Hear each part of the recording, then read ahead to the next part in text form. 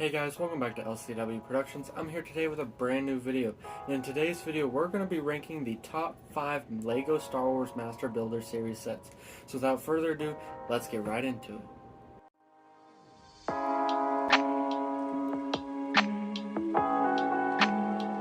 Okay guys, and at number 5 we have Assault on Hoth.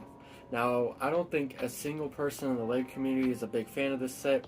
For obvious reasons, it's the last on the list and it's number 5. It comes with the shield generator and the turbo cannon, and the only good part about the set, in my opinion, is that little Wampa cave, because we hadn't seen one in a few years at that point. But in my honest opinion, that I feel like this set is like a scaled up play version of a lot of other sets we've done in the past, just kind of thrown into one set. And so I think a lot of the Master Builder series sets have kind of been shoved under the bus for this reason.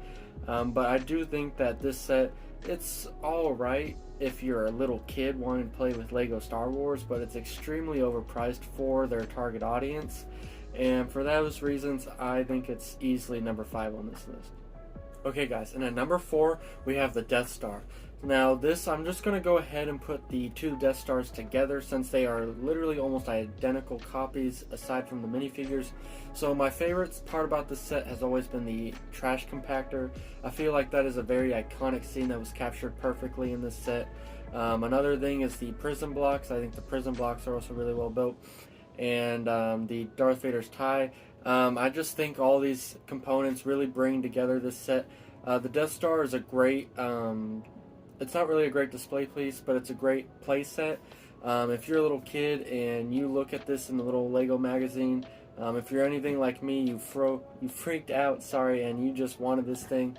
I remember asking my mom for like every, Christmas, and I eventually got it one year, and there's a whole nother story behind that, but this is just one of those nostalgic sets, and I've seen both versions in person. They are literally the exact same set. The turbo cannon is obviously, or I guess you'd say laser, is the most iconic part of the set. The minifigures, you're not going to find a better minifigure selection in really any other set. If you're looking to get pretty much the entire original trilogy cast in one set, this is that perfect set. So I do also like the Emperor's Lair. So with that being said, that's why I placed it in number 4. So let's get into the top 3. Okay guys, and at number 3, we have the Betrayal on Cloud City. Now I really love this set. I did not actually get it, and I actually haven't seen it built in person, but I've seen plenty of pictures of it. So let's dive into this a little bit. So I love the Slave 1 build and the platform build, and I love the dinner scene, and I think that the Luke, I'm your father scene was also executed very well. And I think that the I guess you can call it the carbonation chamber, I really think that was knocked out of the park as well. I do like that the set is in an overall shape of the circle, like Cloud City in the top. It kind of gives it more of that Cloud City feel. One critique I would have had of the set is maybe it came on a stand, and that way it might have been able to enclose, maybe had little panels on it. I don't know, there's a lot of different things you could do, and I think that this set also is a little too similar to the way that the 2000, I think it was 2 or 3 version of Cloud City. I think that they just saw the hype behind that set and decided to kind of remake it in a little newer version in this one. That's my only critique with it. I think if it was a Cloud City set that was built like a Cloud City, more so like the Death Star rather than kind of like a circle with a bunch of little play areas on it, I think it would have been a little bit more enticing to me. But again, it's a really great set. I did not actually get this one, but I'm going to put it at number 3 because it's a very fair ranking. Okay guys, and at number 2, we have the Mos Eisley's Cantina.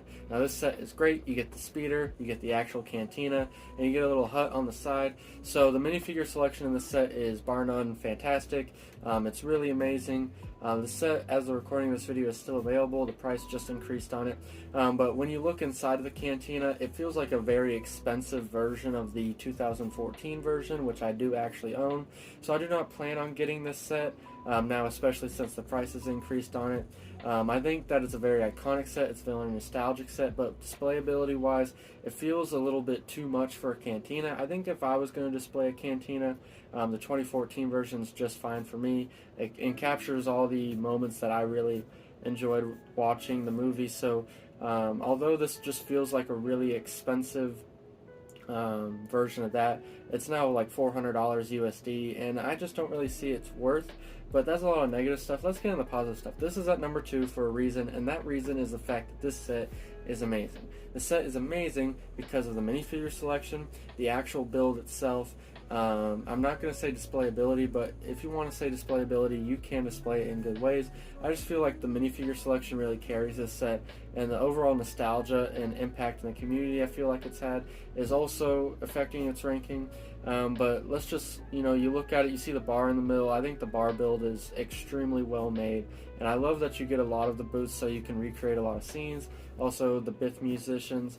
The one thing about the Bith musicians is I wish there was more like an actual, more like stage like there is. I feel like it's just like a little cutout in the corner that where they're stationed at. But putting all that into perspective, I feel like all of those components really come together, and it makes it a really solid set. The only thing for me is that the price is just a little too much now. So with that being said, let's get on to number 1. Alright guys, and at number 1 we have the Ewok Village. Now I know this is not technically considered a Master Builder series set, but it's basically a Master Builder series set before really they were being called Master Builder series sets. So this set is really well made to me. I actually own this set. I got it when I was a little kid, and man, this set is just fantastic. You get a great minifigure selection. The actual build is extremely enjoyable, has a lot of different play functions. It looks great on a shelf. This set is just overall perfect to me. I don't really have any cons with this set whatsoever.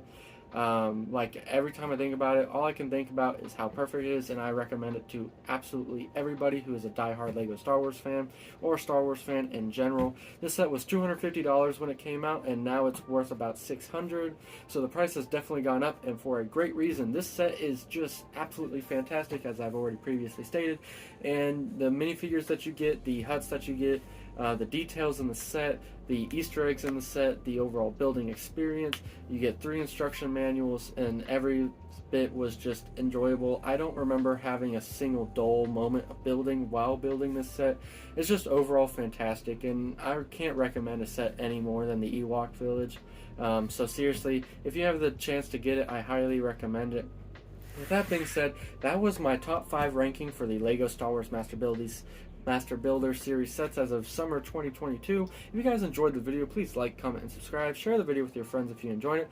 Make sure to turn on that bell to be notified about future uploads I make to the channel. And with that being said, have a great and wonderful day.